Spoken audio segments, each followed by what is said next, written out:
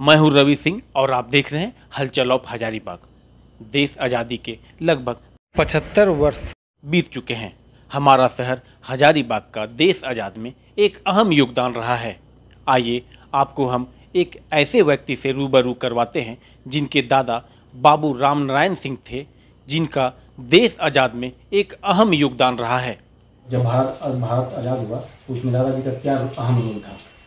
देश की आज़ादी में इनका जो भी योगदान रहा उसको अगर शुरू से देखें तो ऐसा लगता है कि एक किसान परिवार से निकला हुआ लड़का आर्थिक झंझावातों को झेलते हुए और कोलकाता जैसे Saint Xavier's College, Ripon College से पढ़ाई पूरी करके, पटना वकालत की पढ़ाई पूरी करके जब वकालत की शुरुआत की और उसी समय महात्मा गांधी का आह्वान हुआ असहयोग आंदोलन का लड़ाई में कूदने के लिए, तो इसके पहले भी वो असिस्टेंट सेटलमेंट अफसर के रूप में कुछ दिनों तक कार्यरत रहे थे। वहाँ से भी इन्होंने त्यागपत्र दे दिया और पूरी तरह से समर्पित सुराजी के रूप में देश के लिए लड़ने के लिए, आज़ादी के लिए समर्पित हो गए। तो ये होता है कि एक जज्बा था जो देश को आज़ाद कराना था। एक दूसरे तरह का जज्बा होता है कि शोहरत और पैसा कमाना था, जो कि इसको ये पसंद नहीं करते थे। इतिहास में दर्ज है इनकी गाथा कई मायने में। जैसे रामगढ़ कांग्रेस 1940 में जब हुआ तो उसके पीछे भी षड्यंत्र था कि नहीं, इसको ले जा करके दूसरी जगह स्थान बदले, लेकिन ये खुद गए वर्धा, वहाँ पर राष्ट्रपिता महात्मा गांधी से मिले और उसके बाद रामगढ़ कांग्रेस हुआ 1940, 53वां रामगढ़ कांग्रेस। तो इसके पीछे कारण ये था कि छोटा नागपुर अथवा हजारीबाग किसी भी मायने में किसी से कम नहीं है। फिर जेल जाने की बात हुई तो जो 1920-21 से जेल जाने की यात्रा इनकी शुरू हुई वो 1944 तक इनकी यात्रा चलती रही।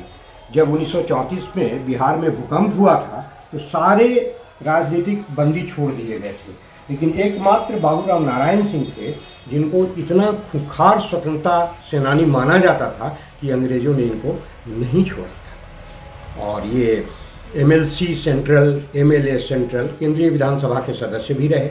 उस समय इनके साथ पंडित मोतीलाल नेहरू थे, इनके मित्रों में सीनियर मित्र थे, मदन मोहन मालवीय थे, विट्ठल भाई पटेल जैसे लोग थे।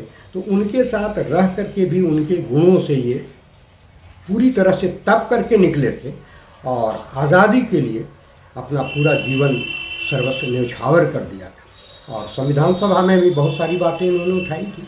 इन्होंने कहा था कि हमने तो रावी तट पर कसम खाई थी 1930 में कि 500 रुपया से ज़्यादा दरमाहा नहीं लगे, लेकिन आज क्या हो रहा है कि हर साल 2 साल पर दरमाहा बढ़ाया जा रहा है। तो देश सेवा के लिए दरमाहा नहीं लिया जाता है। जब हम सेवा कर रहे हैं तो जीवन यापन के लिए आपको उतनी ही पैसा चाहिए जितना में परिवार का काम चल सके। इन्होंने कहा 500 रुपया से ज़्यादा नहीं लेंगे और ये संकल्प लिया भी गया था। लेकिन आज देखिए क्या हो रहा है। वही जनप्रतिनिधि आज जब कुछ अपना रकम बढ़ाने की बात होती है तो तुरंत बढ़ा लेते हैं। तो ये राजनेता नहीं, दूरदृष्टि वाले तपे तपाए समर्पित कार्यकर्ता थे और पूरी तरह से महात्मा गांधी के साथ उनके दर्शन को मानने वाले कार्यकर्ता थे। महात्मा गांधी की कई चिट्ठियाँ मेरे पास सुरक्षित हैं जिससे ये साबित होता है कि वो इनके कितने नज़दीक थे। जब 1939 में हमारी मैंने पहली दादी की जब मृत्यु हुई तो पूज्य बापू ने खुद संवेदना पत्र लिखा था। ये सब सारी चीज़ें थीं जो लगता है कि अब कहानी है, किस्सा है, लेकिन ये बिल्कुल हकीकत है। इतिहास के पन्नों में जाएं तो लगेगा कि हमारे सेनानियों ने कितना बलिदान किया, कितना कष्ट सहा, तब देश आकर आज आज़ाद हुआ। और इस आज़ाद के मुहाने पर इतने मुहाने निकल गए हैं कि हम खुद ही दिग्भ्रमित हो गए। एक छोटा सवाल है मेरा, पहले का जो राजनेता हुआ करते थे वो अपने लिए कम और देश के लिए ज़्यादा सोचते थे, लेकिन पहले और आज के नेताओं में कितना अंतर है? आप इसी से सोचिए ना कि पहले बहुत कम लोग जाते थे देश सेवा के लिए, क्योंकि देश सेवा का अर्थ होता था वो मिशन था, देश सेवा करना। और आज वो बिल्कुल बदल गया है। कौन सी वजह है कि आज सबसे ज़्यादा लोग जनप्रतिनिधि बनने के लिए परेशान हैं, इसलिए कि उनको कई पुष्ट तक सुविधाएं मिल जाती हैं। आप सोचिए कि एक पारा टीचर 25 वर्षों तक काम करता है, उसको मानदेय मिलता है, कोई पेंशन नहीं। और एक जनप्रतिनिधि 1 सप्ताह भी जनप्रतिनिधि रह जाता है तो उसको पेंशन, वो मर जाएगा तो उसकी वाइफ को पेंशन। ये आखिर कौन सी चीज़ है? तो दोनों में फ़र्क तो आया है।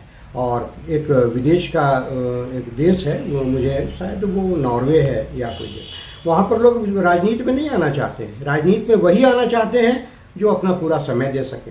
लेकिन आज तो राजनीति एक पेशा के रूप में आ गया है, जहाँ पेंशन है वहाँ पैसा है। यही फ़र्क